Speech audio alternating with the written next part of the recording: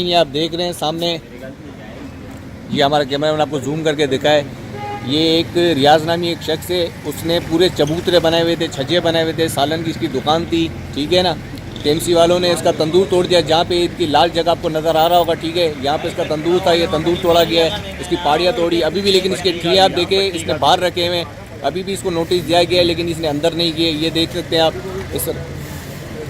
और इस तरफ आप देख सकते हैं ये कचरा कुंडी है नाजरीन, ये इलीगल बनी हुई है केएमसी की जानिब से, ये 12 नंबर गली की तरफ बनी हुई थी, ठीक है।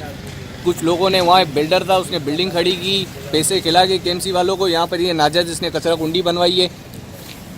हाँ, ये हमारी चीफ जस्टिस साहब से गुजारिश है कि इसके खिलाफ एक्शन किया जाए, क्योंकि पीछे सारे रिहायशी इलाके हैं हमारे, बिल्डिंगें आप देख सकते हैं पीछे ऊपर, ठीक है ना। उन लोगों को तकलीफ होती है, मच्छर आते हैं सारे, ठीक है ना, कीड़े मकोड़े होते हैं इससे। और इसके बराबर में आप देखते हैं कश्ती है, वो ऐसे रखी हुई है कचरा कुंडी, इन लोगों ने रोड को बनाया हुआ है।